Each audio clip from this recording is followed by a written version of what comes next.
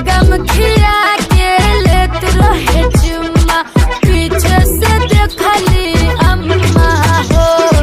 चिलगम खिया के लेत रहे चुम्मा, पीछे से देखली अम्मा हो।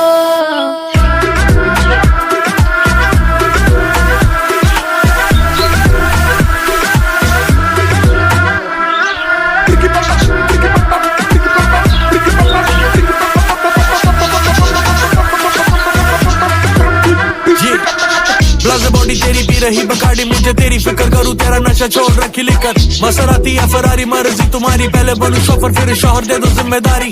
बैग में बॉडी में नजरों से करे